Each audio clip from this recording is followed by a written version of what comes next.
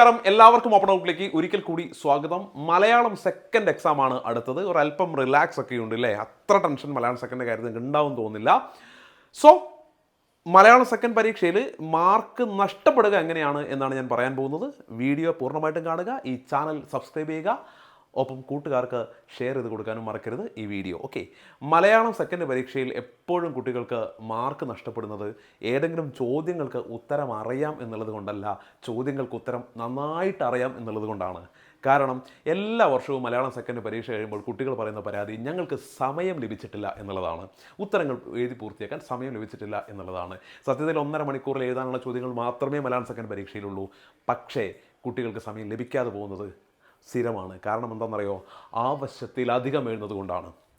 ഒരു ചോദ്യത്തിന് ആവശ്യത്തിലധികം ഉത്തരം എഴുതുന്ന ഒരു ടെൻഡൻസി മലയാളം സെക്കൻഡിലുണ്ട്. അതിൻ്റെ കാരണം സിമ്പിളാണ്. നമ്മുടെ സ്വന്തം ഭാഷയാണ് മലയാളം. നമുക്ക് എന്തും എഴുതാം. നമ്മുടെ ഇഷ്ടത്തിന് സ്വന്തമായിട്ട് എത്ര വേണമെങ്കിലും എഴുതാൻ മലയാളത്തിൽ സാധിക്കുമെന്നുള്ളത് കൊണ്ട് നീട്ടി വലിച്ചെഴുതുന്ന പ്രവണത കൂടും. നമുക്ക് എത്ര എഴുതിയാലും, ഇപ്പോൾ ഒരു 3 മാർക്ക് ചോദ്യമായിക്കോട്ടെ, 5 മാർക്ക് ആയിക്കോട്ടെ, 7 മാർക്ക് ആയിക്കോട്ടെ, നമുക്ക് എഴുതിയാലും മതി വരില്ല. നമ്മളിങ്ങനെ കൂടുതൽ പെർഫെക്റ്റ് ആക്കാൻ വേണ്ടിയിട്ട് നന്നായിട്ട് എഴുതിക്കൊണ്ടിരിക്കും. എന്താണ് ഇതിൻ്റെ പ്രശ്നം എന്നറിയോ? നിങ്ങൾ എഴുതി എഴുതി എഴുതി എഴുതി പരീക്ഷ തീരാൻ നേരം ആകുമ്പോഴേക്കും വീണ്ടും ബാക്കിയുണ്ടാവും 1-2 ചോദ്യങ്ങൾ. ആ ചോദ്യങ്ങൾക്ക് പ്രോപ്പറായിട്ട് ഉത്തരം എഴുതാൻ സമയം ലഭിക്കില്ല. അപ്പോൾ ആദ്യം എഴുതിയ ഉത്തരങ്ങളൊക്കെ പെർഫെക്റ്റ് ആയിട്ട് എഴുതിയെങ്കിലും അവസാനം എഴുതിയ ഉത്തരങ്ങൾ പൂർത്തീകരിക്കാൻ കഴിയാത്ത നിരാശയിലാണ് ഒരുപാട് വിദ്യാർത്ഥികൾ പരീക്ഷ ഹാളിൽ നിന്ന് പുറത്തേക്ക് ഇറങ്ങി വരിക. ഈ പ്രശ്നത്തെ നിങ്ങൾ നേരിടേണ്ടത് കൃത്യം ഓരോ ചോദ്യത്തിനും എത്ര മാർക്കിനാണ് എഴുതേണ്ടത് അതിനുവേണ്ടി മാത്രം എഴുതിയിട്ടാണ്. അപ്പം ഓരോന്നിനും എത്ര മാർക്ക് എഴുതണം, 3 മാർക്ക് ചോദ്യത്തിന് എത്ര പേജ് എഴുതണം, 5 മാർക്കിന് എത്ര എഴുതണം, 7 മാർക്കിന് എഴുതണം എന്നൊക്കെയുള്ള ഞാൻ പുതിയൊരു വീഡിയോ ആയിട്ട് തന്നെ ചെയ്യും.